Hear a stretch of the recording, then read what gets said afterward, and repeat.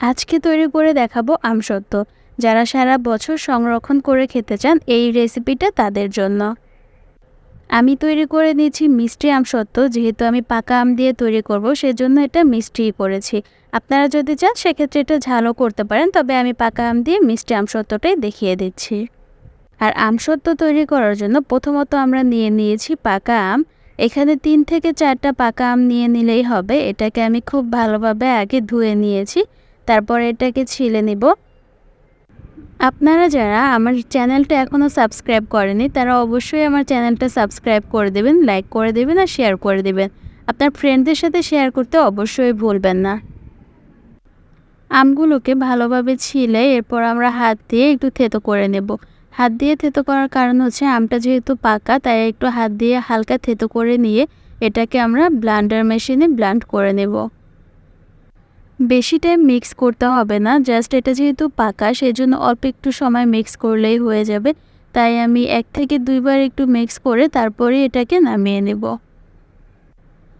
এই যে আপনারা দেখতেই পাচ্ছেন আমি ঠিক এই পর্যায়ে এটাকে মিক্সিং করে নিয়েছি।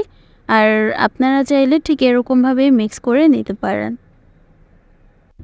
এরপরে আমি একটা খুব পরিষ্কার বাটিতে ব্লেন্ড করা আমগুলো ঢেলে নিচ্ছি।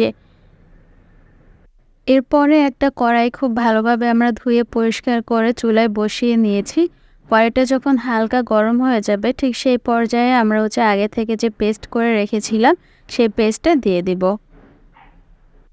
হালকা কিছুটা সময় গিয়ে চুলায় বসিয়ে একটু নেড়ে চেড়ে এর মাঝখানে আমরা দিয়ে দিয়েছি চিনি। আর চিনিটা দেওয়ার পরে আপনার চিনিটা গলে একটু পানি ছেড়ে দিবে, তাই এটাকে আর একটু ভালোভাবে নেড়ে চেড়ে তারপরে আমরা ওটাকে নামিয়ে নিব। এরপরে গিয়ে একটা বাটিতে আমরা এটাকে সার্ভ করে নিব।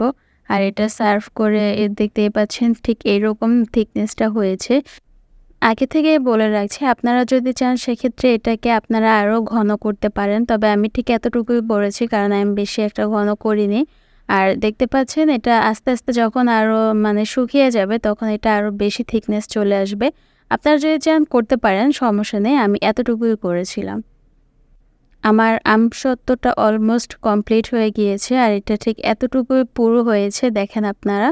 আর এটাকে আমরা এখন উঠিয়ে নিচ্ছি। এটাকে খুব ভালোভাবে আমি একটু রোল করে নেব।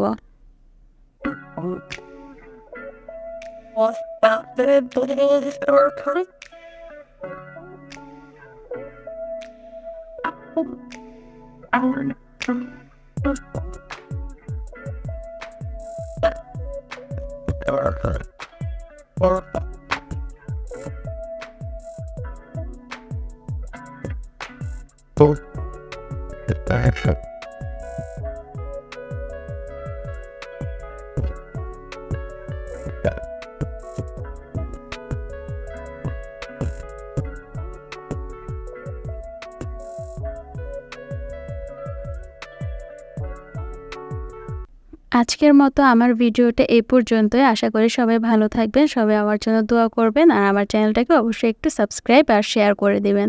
আসসালামু আলাইকুম।